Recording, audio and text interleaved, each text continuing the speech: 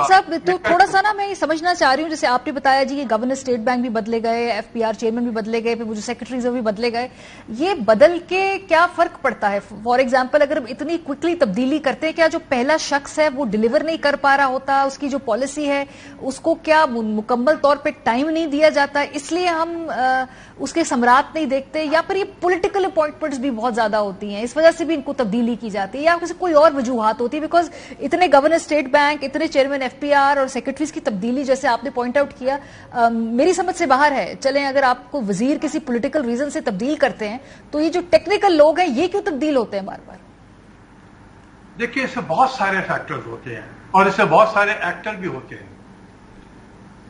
एक तो ये है कि जब मुल्क का जो भी चीफ एग्जीक्यूटिव है, वो जब अंडर प्रेशर आ जाता है कि चीजें बेहतर नहीं हो रही हैं, तो वो अपनी टीम को बदलना शुरू कर देता है। कभी किसी को लाके देखता है, कभी किसी को लाके देखता है कि शायद कोई हालात में बेहतरी हो जाए। तो इसलिए आपको बहुत मतलब काफी क्विक आपको टर्नओवर नजर आएगा फाइनेंस सेक्रेटरी में, या गवर्नर स्टेट बैंक में, या FPR के चेयरमैन में, या इवन फाइनेंस मिनिस्टर में।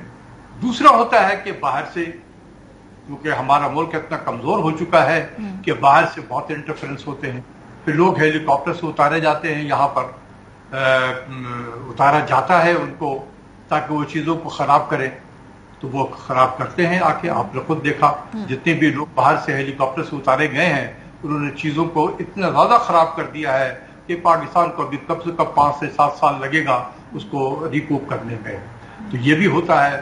फिर कहीं पर बहुत सारे इंटरेस्ट ग्रुप होते हैं जो प्राइम मिनिस्टर पे हावी हो जाते हैं, इंटरेस्ट ग्रुप कि सर अगर ये नहीं किया तो वो नहीं खराब हो जाएगा, अगर ये नहीं किया तो वो खराब हो जाएगा, तो लिहाजा इसको बदलें, वो फला शख्स बड़ा अच्छा है, वो आएगा तो काम बेहतर कर देगा। वो जिस फला शख्स का जिक्र कर रहे होते हैं उनके साथ उनके मामलात की सेटिंग हुई होती है पहले से। जब वो आएगा तो जो उनको लेकर आए वो उनके लिए काम करता है। तो बहुत सारे फैक्टर होते हैं जिसकी वजह से देखिए, इसमें सबसे बड़ी इंपॉर्टेंट चीज है लीडरशिप। लीडरशिप अगर मजबूत है, लीडरशिप को अपनी टीम पे कॉन्फिडेंस है, तो वो बार बार तब्दील नहीं करेगी। सही। अशफाक साहब, इस पे हमने देखा, देखिए जो PTI के तो 4 वज़राए खजाना बदले गए ना, उसमें असद उमर साहब, उनकी अपनी कोर टीम थी PTI की, हफीज शेख साहब भी बाहर से लाए गए, शौकत तरीन साहब भी इनिशियली PTI में नहीं थे, ये फराहम किए गए PTI को।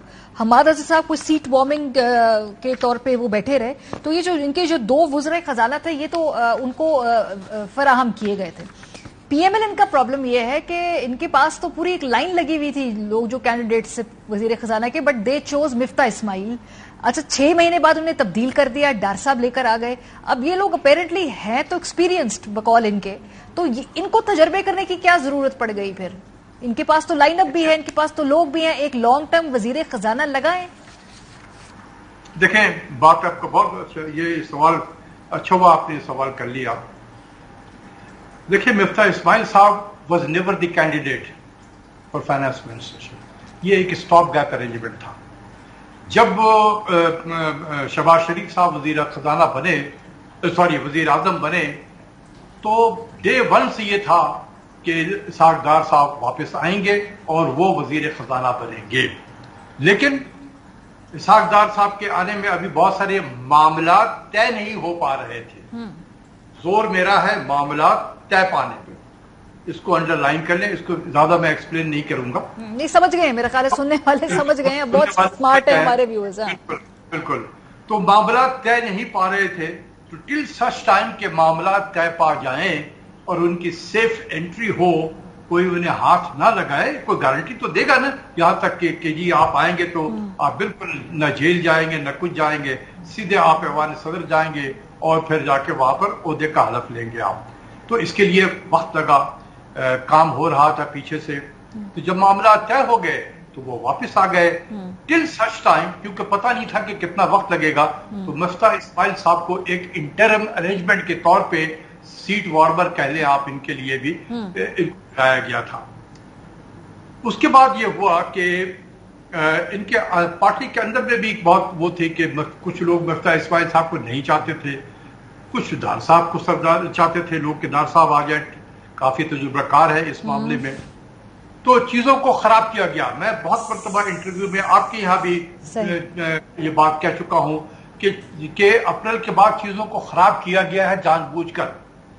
तो ये जो जून जुलाई से जब हमारा एक्सचेंज रेट नीचे जाना शुरू हुआ पूरी तरीके से, और उसने मुल्क पे कर्जों का बोझ चढ़ा दिया, मुल्क पे इन्फ्लेशन जो है आज उसकी वजह से बहुत हद तक कंट्रीब्यूशन एक्सचेंज रेट का है। तो ये जानबूझकर किया गया है मिफ्ता इस्माइल साहब को एक नाकाम वजीर खजाना साबित करने में। दूसरी चीज ये है कि तेल की कीमतें 100-125 से गिरते गिरते गिरते ये नीचे की तरफ आ रही थी। ये अब $88-89 बैरल पे है। मैं ब्रेंट की बात कर रहा हूं।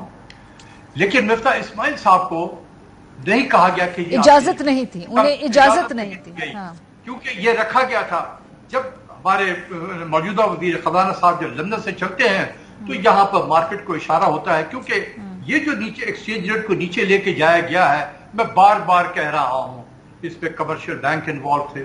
जी सर, 27 अरब का सर इस पे पूरा घपला हुआ है। खैर उसके ऊपर भी इन्वेस्टिगेशन हो रही है। इसमें फॉरेक्स एसोसिएशन वाले भी शामिल थे।